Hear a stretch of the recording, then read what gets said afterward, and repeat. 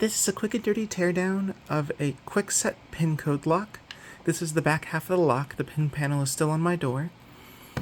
It takes 4 AA batteries. Here's the inside with the metal panel removed.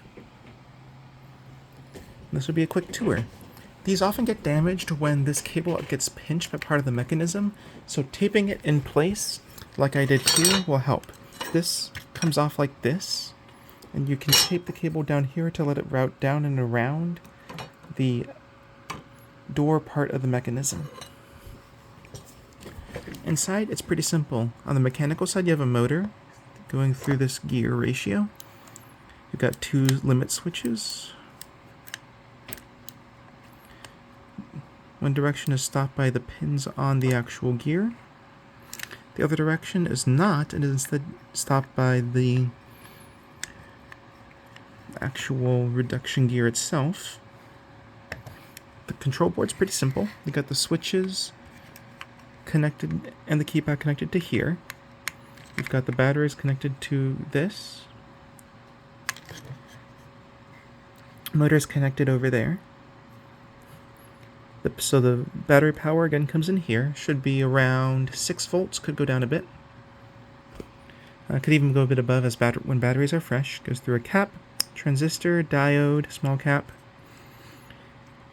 The IC is by Sonic's SN82513, if I'm reading that correctly.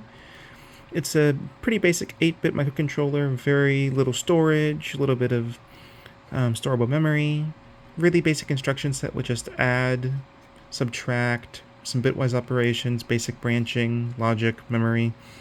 Really simple instruction set, no handy division for you, or floating point of course. 1 reset switch, 3 8-pin MOSFETs. I'm assuming 1 is for the motor, 1 is for the beeper. Maybe 2 for the motor, no clue. I think that's a small diode over there by the beeper. A few more transistors, but it's again a pretty simple board. Not too many layers on it.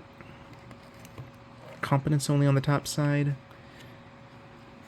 Don't have any signal analysis or dumper tools available, so I won't be able to get much more information, but, you know, pretty damn simple. What I'm interested in is having this use 18650 batteries, so this is probably pretty tolerant to voltage ranges, considering that the 8-bit IC itself can't actually withstand the over 6 volts that 4 fresh AA batteries would give it, so it's obviously got some voltage regulation going on. The IC itself will drop out and stop working at 2.5 volts, again, there's probably a limit, and oftentimes you just, even though it has a low battery warning, you might just want to replace the battery when you notice it's struggling to undo the lock. So, in this case it looks like you can just slam in some voltage and it'll probably be happy. Again, that's about it.